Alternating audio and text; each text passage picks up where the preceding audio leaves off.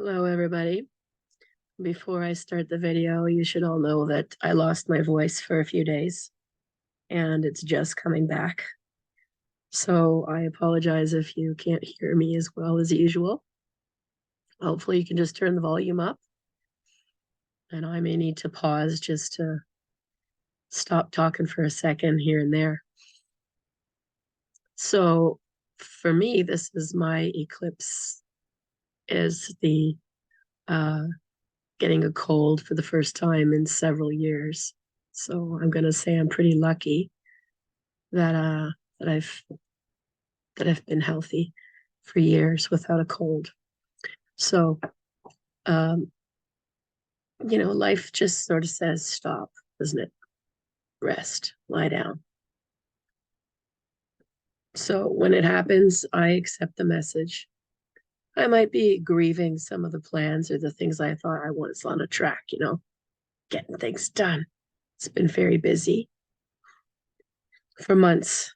It's been busy, maybe even over a year, actually. So it doesn't surprise me. It's just like grieving the things that I wanted to get done. But otherwise, it's time to go within and look inward for insight. So this eclipse might have that effect for you as well. It's a lunar eclipse. It's not a full lunar eclipse. It's partial. And they call it the Hunter Moon. It's in Taurus. Now, the moon in Taurus is a very loyal moon. They want security above all else. They need security. And security to them often means material stuff. They need to know they've got money. They need to know their house is safe. They need to know that the people they count on are theirs. They're possessive and loyal at the same time. And they're extremely good at taking care of the people that they're loyal to. They're also very charming. So hopefully we see some of the charming side, but we might see some of that possessive, sometimes jealous, controlling. Those are all linked up with Scorpio and Taurus as well. Scorpio, because we have a cluster of planets in both signs and they're opposing on an eclipse, it's a pretty heavy eclipse energy for change. Most eclipses are intense times. I personally find Scorpio Taurus to be a more intense one because of the nature of how fixed and how strong-willed, emotional, and it's bringing up emotions and physical energy. It's not like Libra Aries where it's about intellect and will, which are still difficult things to face in opposition.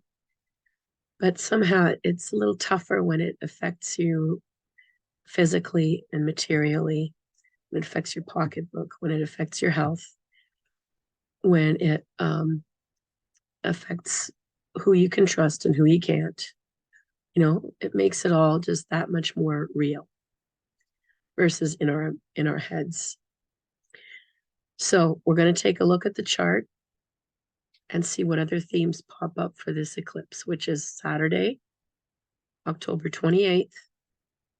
And if you're in the Eastern time zone, it's at 5:42 p.m. is the peak. It starts before, finishes a little after. That's the peak time where I'm going to look at the chart. So we're going to open up the chart now.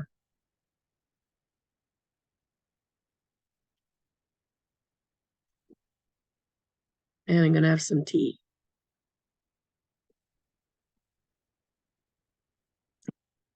All right, so,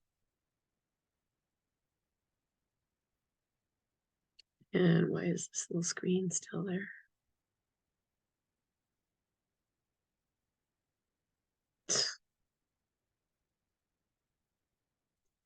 All right, well, I don't know why it's giving me this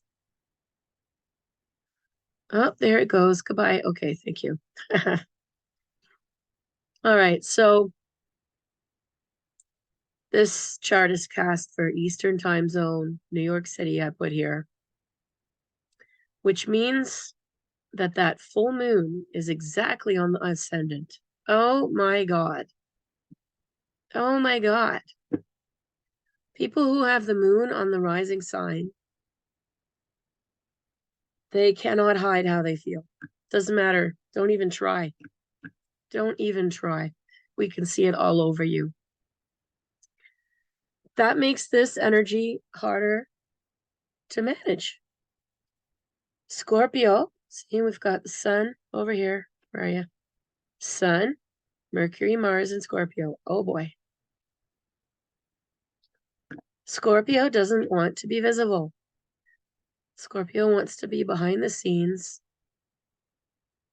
more like the puppeteer or just the observer. And they don't want to be exposed. So yeah, they're tucked away in the seventh house. Maybe the Scorpio does get to observe, pull some strings, take control. However, Mercury and Mars and the sun together could be really strong-willed or really, really potent, or could lash out. If they do lash out, you don't want to mess with Mars and Scorpio if they lash out at you. Trust me. It will be retaliatory. It'll cut you. It'll say exactly the thing you don't want to hear. It might seek revenge in other ways. It might gaslight or manipulate. But it's going to take charge. It's going to get you back. Best case scenario for the trifecta is amazing, deep conversations, spiritual, mystical experiences, and awakenings. It's in the seventh house. This could bring you a lot closer to somebody. In terms of romantic relationship, this is pretty intense as far as the emotional and intimate connection is. Before you start thinking it's wild tantric sex or something, it could be. More likely it's, passionate, and it's going to want to test the limits. It's going to get so enthralled it gets carried away. It's going to maybe just go a little too far, a little too fast, a little too hard at whatever it wants to do, say, or try. So that's the risk you run when you want that kind of level of depth. It's a rabbit hole. And we will all eventually face our limits or the other person's limits as we go deeper. And Scorpio can, especially with Mars there, can go deeper, deeper, deeper, deeper, deeper, darker, deeper, darker, endlessly. So with the full moon happening in Taurus and exposed out here for all to see, and another trifecta, Jupiter making this, exaggerating it, basically, making it times 20, and Uranus hanging over there too. Wow, the potential for emotional closeness is like sudden emotional closeness is great, but so is the potential for a feeling of betrayal, an impasse, a sudden, you think that way? What? I didn't know you were like that. You want what? I never wanted that. Wow, how did this come to be so clear, like a black or white line so quickly? Was that always there and we didn't see it? So there's your edge, there's your limits. Jupiter and Moon in Taurus, ultra charming. and sensuous, yes, and not really driving to go to the bottom of the ocean to find some soulful truth, more about comfort and connection, developing a greater and greater sense of security and loyalty and trust. Scorpio's more like, if I push that button, what'll that do? Oh, that's interesting. Taurus, it's like, stop with the buttons. We already tried one button here. Already opened that up. Don't ask me to do more. This isn't making me feel safe. This isn't making me trust you more. So we're dealing, I think, with a lot of issues of that. Loyalty, safety, trust, boundaries, of course. And, these two signs oppose all these planets here. Well, Uranus isn't opposing, thank God. That's that, eccentric wild card. Somebody just says or does something out of the blue factor. It's still there making a nice trine to Venus and Pluto, so it might still do it. But in that case, it's detached from the opposition. So it's not like retaliating against something.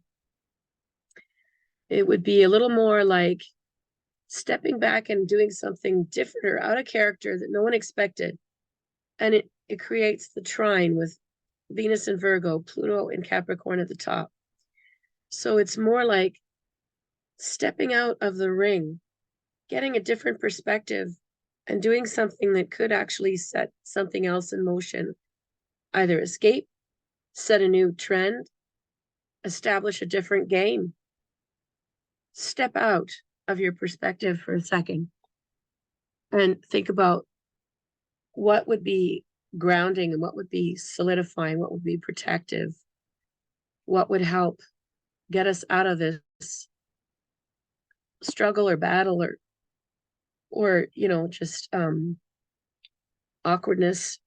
Doesn't have to be always like battling like war, but strong forces are opposing, so it'll create tension, tiredness, headaches, backaches, awkward situations, dualistic situations where it's confusing. Which side am I on? Which side are you on? Where do we meet? Or do we? That's what oppositions can do in strong signs. And like I said, some people, when you're weighing two different paradigms, let's say, two different completely paths in your life, two different relationships, or one relationship, but two different, very different paths you could take, different ways of seeing the world. It's enormously tiring. Some people will fight and argue. Some will try to convert. Some will try to manipulate and have, hostages on their side. Some will say, not my battle, man. Leave me alone. Some will just get really depressed. Some will get really tired.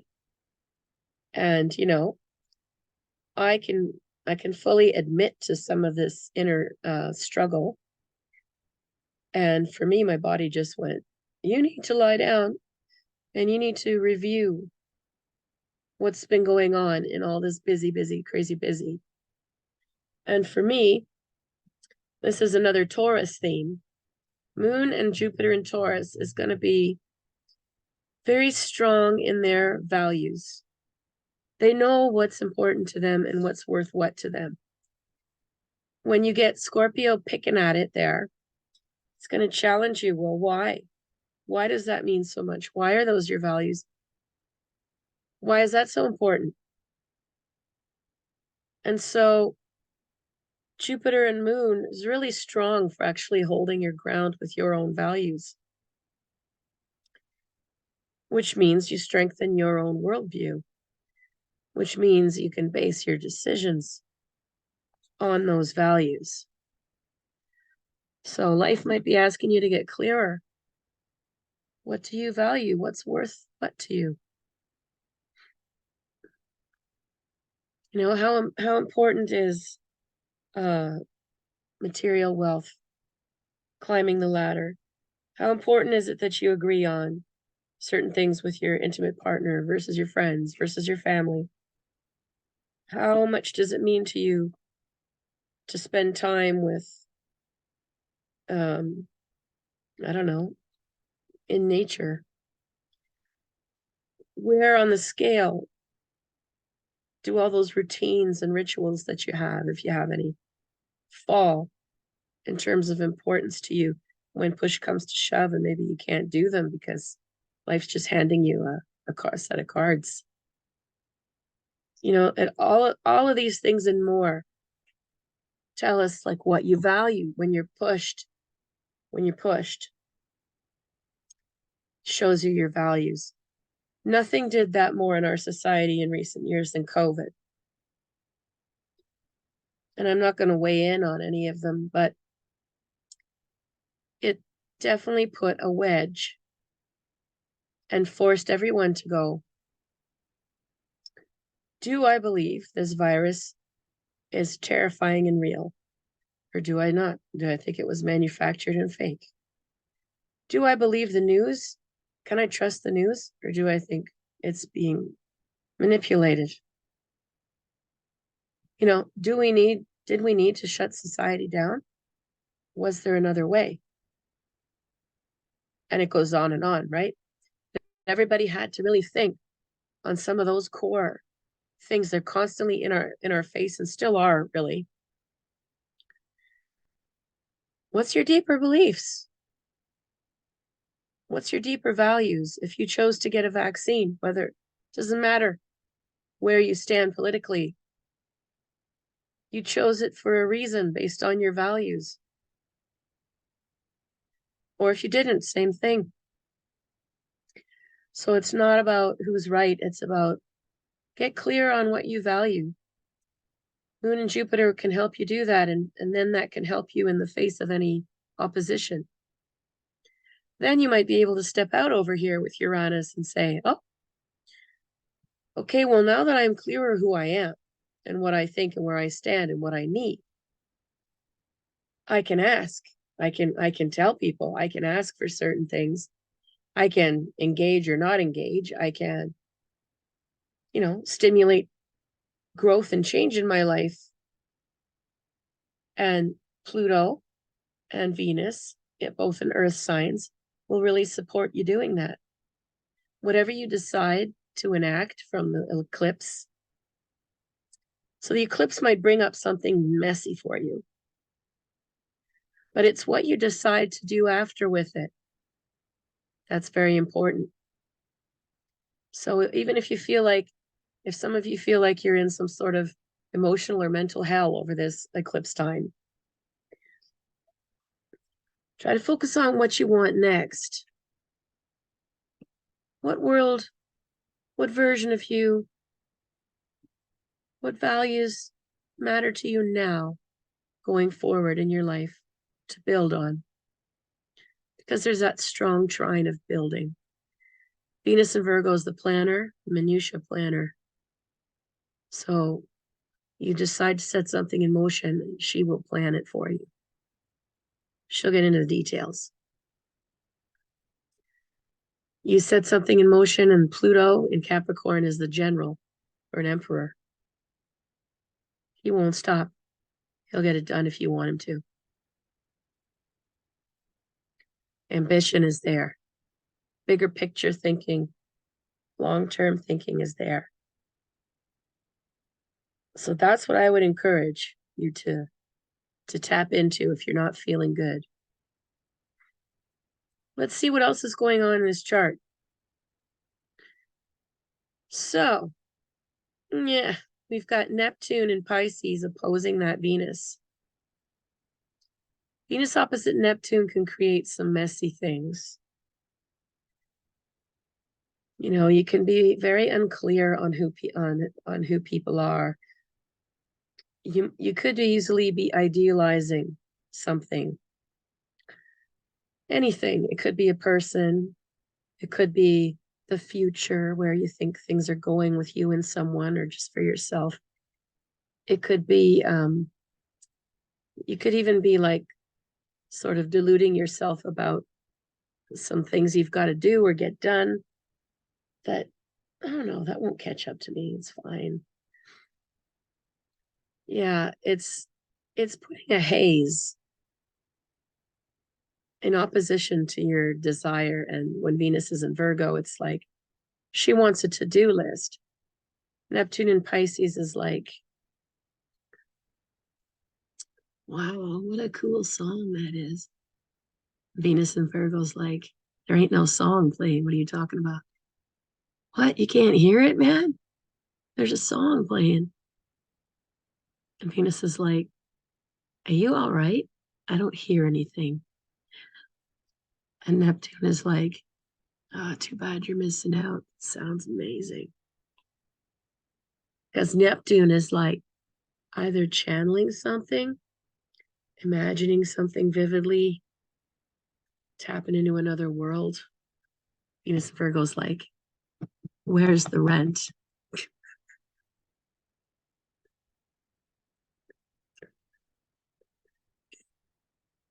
Earth to Neptune, snap out of it. Snap out of it.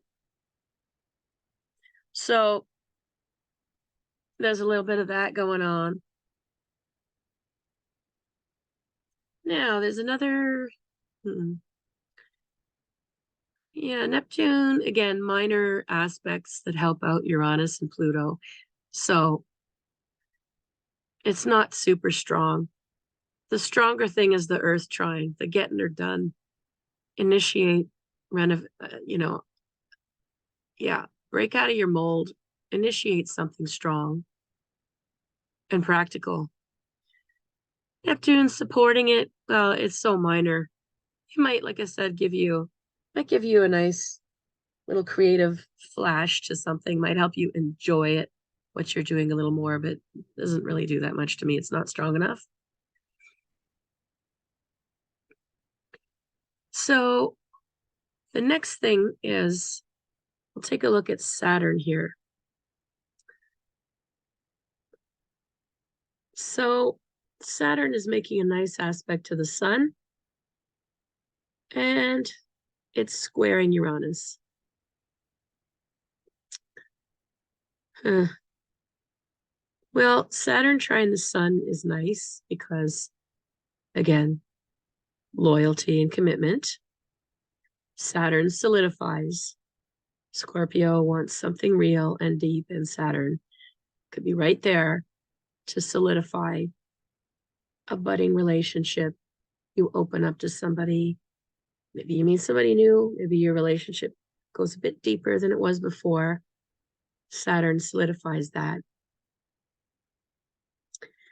Saturn square Uranus, not as good. But, I still really like in this trine. I'm still going to lean towards that trine, the Earth trine. So Saturn, when you try to put your plan into place, if you, like I said, step out of the box and go, you know what? I can see clearly from here. I'm looking at it. And I think it would be better if there was 4, not 5, or whatever. Your observation. Saturn's going to give a little pushback to that, but it's still making a nice aspect to the sun. So I don't know. It's not terrible. Maybe there's always frustration and opposition when you set something new in motion. So Pluto, despite that it's a part of the trine that I'm liking, it's also squaring Moon, Jupiter, and Sun, Mercury, Mars. So once again, folks, Pluto's involved in all this weighing and opposition, and all of this struggle for whose truth are we believing, whose Whose values are winning? What do I guide my life by? Whose version of things? Where do I fit in all that? Pluto is like a wrecking ball amongst this polar opposite. So it's only nice when you step outside with the Earth trine. Otherwise, it's adding a lot. You may want to lay low. Some of you may want to just lay low for this eclipse. If there's anybody that you're seeing, meetings you're having, or I don't know, even if your expectations are getting high or hopeful about something or someone, it might not be the weekend to push the envelope here. Like I said, it can go either way. Really deep opens up the lotus flower. The hearts are open. You can't get that kind of bonding every day. But you do risk that it goes south. You risk that it could tank. Yeah. So it's up to you. And finally, we've got Pluto also squaring the North Node. So in Aries. Well, both the nodes. The North Node is in the 12th house, so I doubt anybody's going to be super focused on that. There's maybe a danger of falling back into some people pleasing if you don't have it in you to stand your ground, if you're not sure enough who you are to state your case, you might fall back into that because Libra is the South Node. So you fall back into being the diplomat, the mediator, the in-between, the pleaser. When the North Node is in the 12th house, which is solitary, and that's like get in touch with you. If you need to get in touch with who you are and what you feel and where you stand in the myriad of all these things going on around your life, it's saying solitude. Solitude meditation is the way.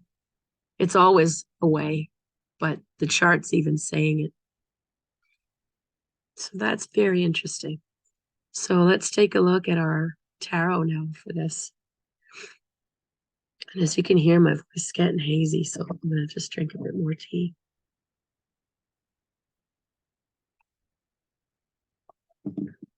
All right. Decided to do my hair fancy to make up for my cold. So much glare off these glasses. Oh well.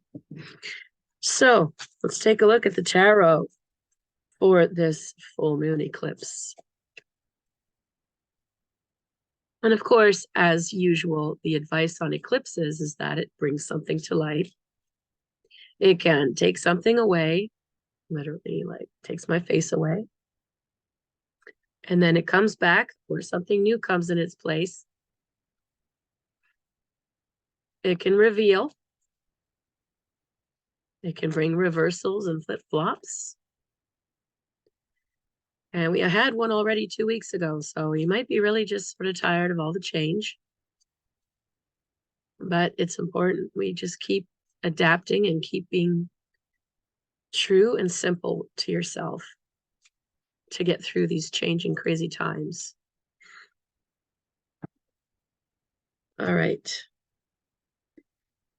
So our first card is the Empress, which sort of to me feels like you need some nurturing. We need nurturing and mothering.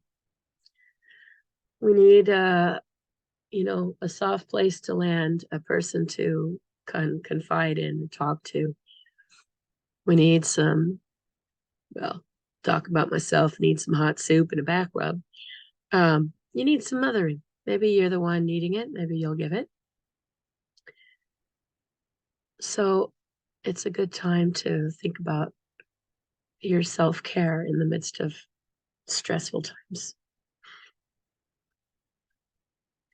Got the Ace of Wands, so we've got a burst of energy, burst of will, maybe passion, maybe anger. We've got a burst of fire here, flame is lit. So we'll see what's lit. Oh, well, look at that. There's the trine. See the triangle? Mars and Capricorn. So 3 of Pentacles is always productive. Look at that, you know? If you look at it from above, looks like a pyramid with 3 turbines. And it's so powerful, it's propelling the water away like a hovercraft. That's one way to see it. So take care of yourself to the point, nurture yourself to the point where your fire is lit, your will is back, and then you're going to go out and be very productive after. Very nice. The priestess. So the priestess is really important during a confusing oppositional time like this. How the heck do you know in the midst of everybody's blah, blah, blah, what to think? Everyone's coming from their own needs, their own ego, their own perspective. How do you know who's giving you the right answers, the right advice? How do you know who's coming from a true place? Who to align with? Pardon me. How do you know, even if it's not like as dramatic as that? How do you position yourself in the midst of everybody's changes? Do you pull back or do you dive in? Do you confront something or bring it up with somebody? Do you let it go? Priestess is all about trusting your intuition for all of it. So try to give yourself some time to meditate. Pay attention to your dreams or journal. And if you get a strong gut feeling, even if people don't agree or understand, you act on it. If you know it's your intuition, you act on it.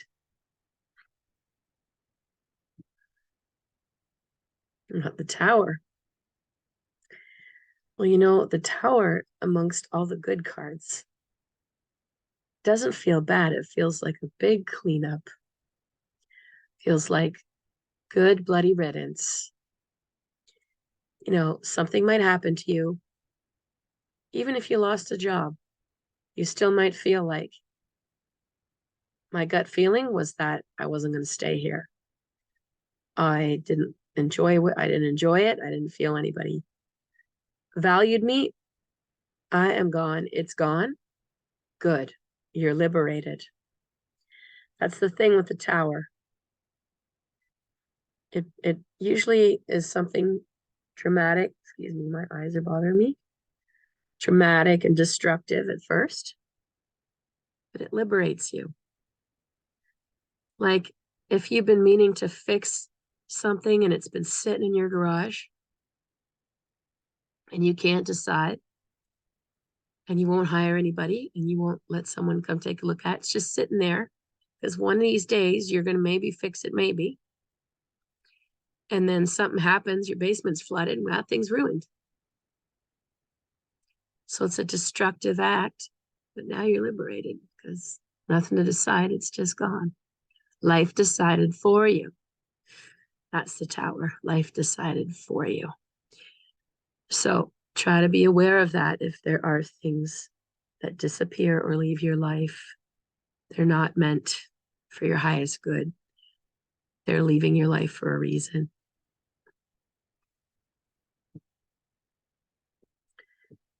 Princess of Discs is good. She's very down to earth, very Venus and Virgo.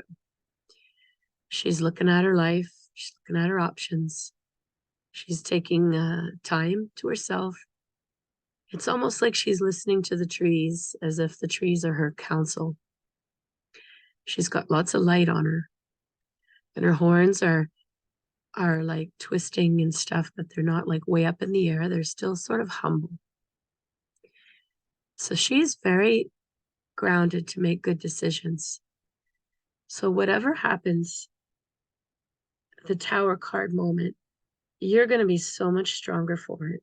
You're going to be so much better off for it.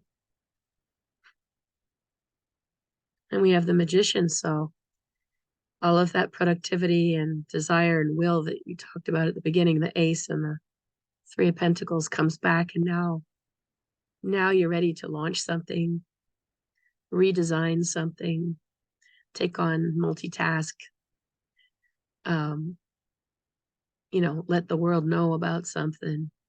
You're ready. My goodness, the Lust card, the Passion card, like, wow. Whatever this thing is that's got to go from your life, it's just going to light you on fire. It is so overdue for this thing to be gone. It's like a monkey on your back, and suddenly it's gone, and you can run a marathon. It's like, this is like a whole new lease on life. And the Ten of Cups, it says satiety. In other decks, it's like the happy family, happy marriage card. Here it's more like saturation, a little overwhelmed or burnt out or tired. So, after all that exuberance, yeah, who wouldn't be tired? It's not a bad thing. And finally, I'm pulling one more card. The Ace of Swords we end off with. You're going to end up out of this eclipse period having a lot of mental clarity going forward. It's very good. So let's take a look at the signs, messages for your signs. So let's just see how this is going to affect your sign, this eclipse. So I think I'm just going to leave it as advice, pull a card for how do you best handle this eclipse, or what's your advice during this eclipse? Yeah.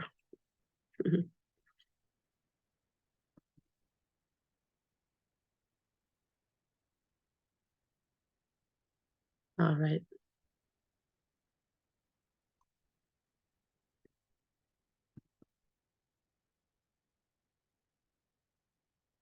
So Aries, what's your advice during this eclipse?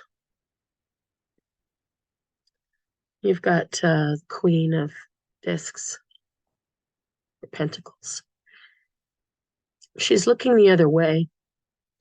Someone else, the Ram, which is very Aries.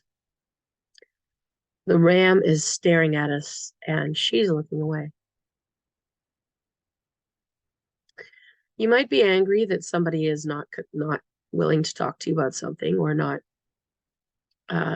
willing to resolve something, ignoring you, leaving you out. You might be the one doing that, and the other person's angry. You're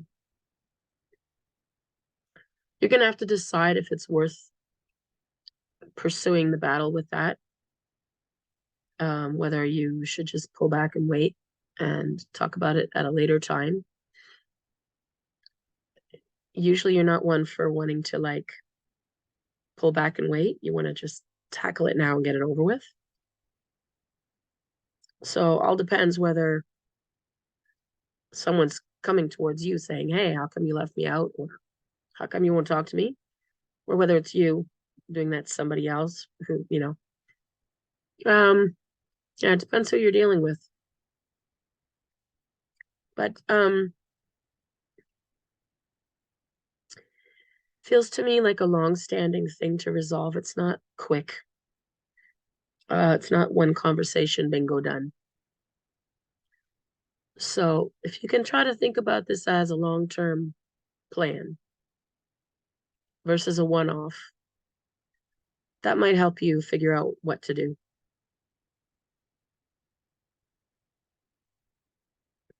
Taurus. Well, you're going to get a lot of that nice full moon energy from Jupiter and the moon. Yeah, it's going to make you feel pretty pretty energetic and inspired and ready to do, go, go, go. So lucky you. It also looks like if something comes up and challenges you, you're ready. You're ready.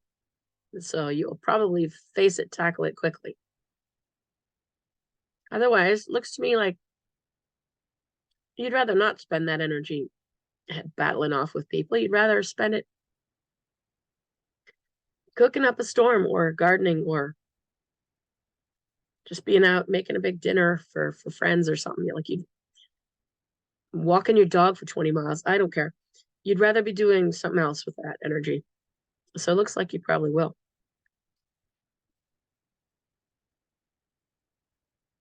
Gemini.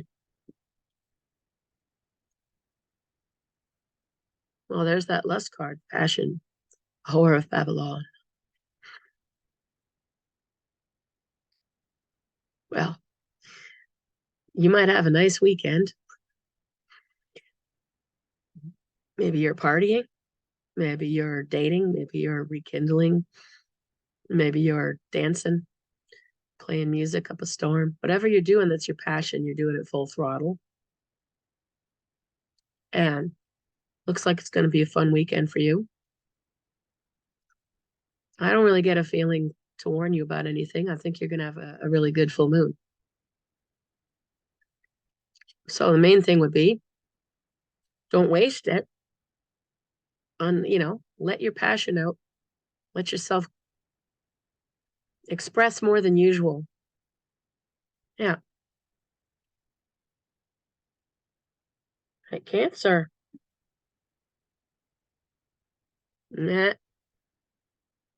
Nine of Swords. Well, you're probably processing a lot of old hurt, betrayal, and duplicity in people, or, it might be bringing up memories or feelings of trauma or abuse.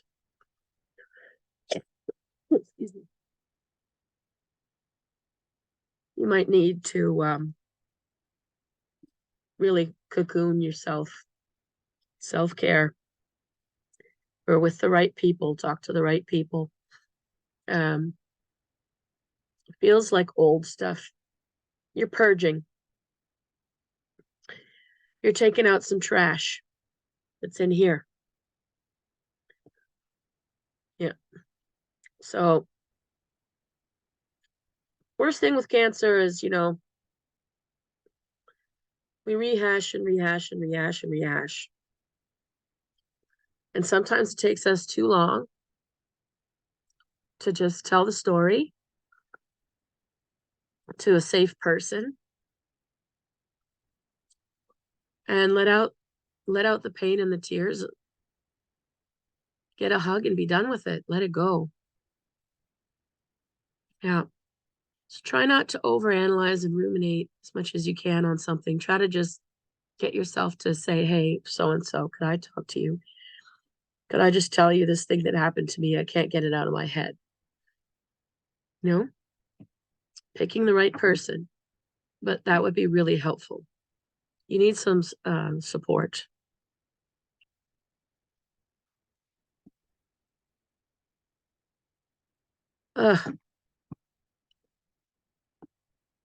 Leos. Well, Three of Swords. You might be grieving something or somebody. There's a lot of planets that are opposing you as a Leo. Scorpio Taurus is really strong and opposes Leo. So you might be very aware of certain losses or endings. And this definitely is a card of letting yourself grieve. And grieving's not fun. Grieving's never easy, but there does come a point in your grieving where you do feel a lightness. You feel an enormous relief and peace when you've grieved and let go. And it's never going to be perfect or It's like just little pieces at a time. But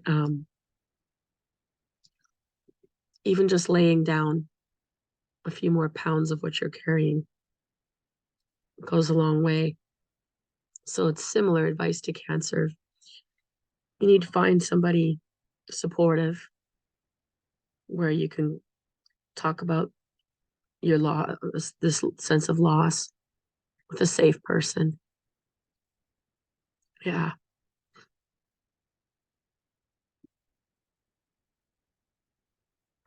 All right, Virgos. Got the Seven of Wands, which says valor. Well, as we know, Virgo, you're hard on yourself. Sometimes that can also lead everyone to think that they can be hard on you too. And then they just keep adding more to your plate. So just want you to be careful. Check in and ask yourself, am I being too hard on myself here? And is anyone else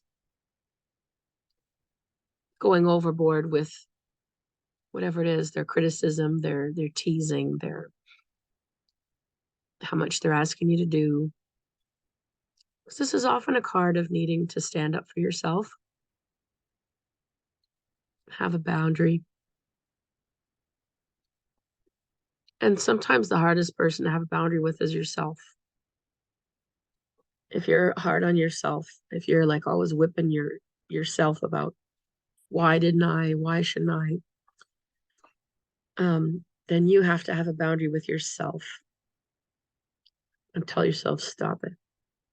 Stop picking on me, even though you're doing it to yourself. Stop picking on me.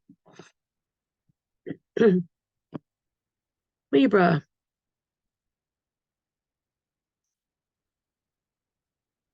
Seven of Swords, futility. You're ready to walk away. You're ready to move. You might move, be thinking about moving to a different residence, city, country. You might be ready to walk away from an organization or a group. There's something that you're ready to let go of and walk away from. And it feels pretty clean and clear, actually. Because futility means you've done all you can do, right? You've done all you're capable of doing.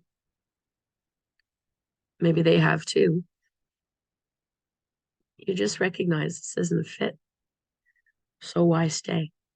Whether that's, again, that could lead you to wanting to move, to change your house, or to walk away from a committee, something. You're going to walk away. All right. Scorpio. Happy birthday, by the way. Well, you've got that nice Princess of Discs, I said. Nice and grounded. Go spend some time in nature. Go commune with the trees.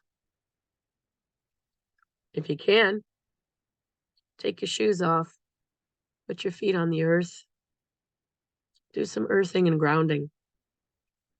There's a lot going on around you. And you're strong right now. This is your birthday season. You're strengthened. So you can handle a lot of it, but it would still be nice to know that you've found ways to recenter yourself and release everything that you're observing or taking on so you don't accumulate and you stay feeling much more light. Because people need you right now. That's what I feel. People are needing you. And it doesn't mean that you have to dash in and be there for every little thing, but you're going to be there. And it's good for you to regroup. Sagittarius. You got the sun. That's nice. Things are looking up for you. You can sort of ignore a lot of what's going on right now. All this tension everyone's going through, you can sort of just go, that's nice. I'm just gonna go over here, do something else. So that's cool. You're following your joy and your bliss more often now. Your playful side, your little kid side. You're leaving the woes of the world behind you more. You're dropping this need to be on your soapbox about stuff and just live. That's amazing. That might be a real breakthrough moment for you if you're not there yet.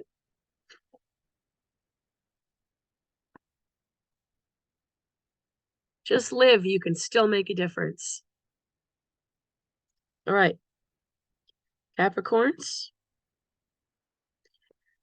You got the Wheel of Fortune. So that's interesting because it's hard to say. We don't know where on the wheel you are. So in that case, let's pull another card. Right, we got the wheel and we got the Two of Wands. So something is something that's shifting around you without your control. Just making you really angry.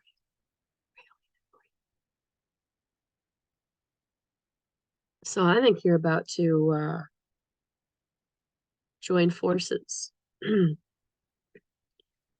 I don't think you're going to sit back and just get angry. I think you're going to actually join forces or sign up for something. Participate in something. Organize a big talk, a meeting, join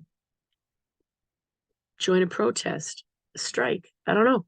There's something in the air around you. A lot of big changes, and you're not going to sit and be idle.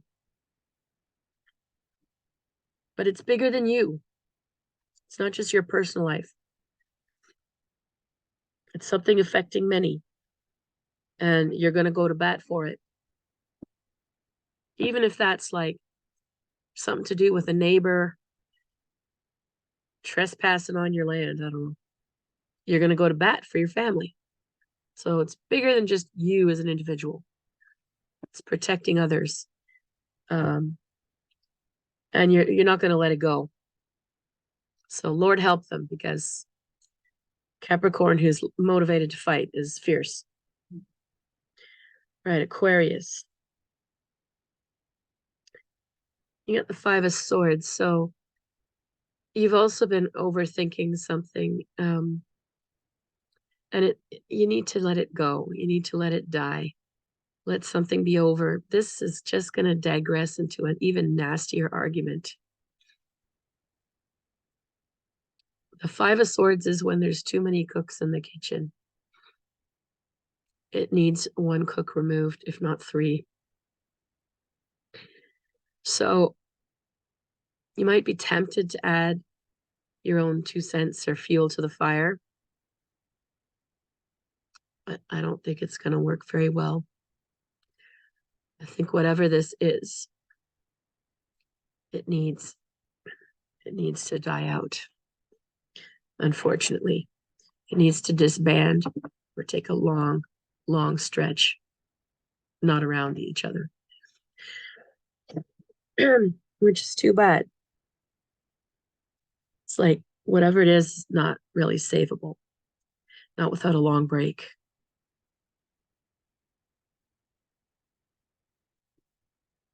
Hello, Kitty. And finally, Pisces. That's good. You've got the Victory card. Six of Wands. So, I get a feeling during this eclipse time, you're going to be connecting people together, bringing people together. You might, it could be for a purpose, like something fun, a party or a creative endeavor. Could also be like something where you're trying to introduce new people to each other of like mind. It could be, yeah, it feels like a happy thing where you're bringing people together. I mean, it could be, I suppose, like you initiating a big family talk, maybe if that's it, but it doesn't feel really like a big reconciling thing. It feels more like so and so, I think you have something in common with him, you know? I think we should get these people with these people because something good's going to come out of that. So it's very fun, very networking, productive, alchemy. It's going to be fun for you, Pisces. And that's what I would focus on too, is how can you do that? Don't try to save anyone or repair anything right now in eclipse. See who you can bring together in a positive light.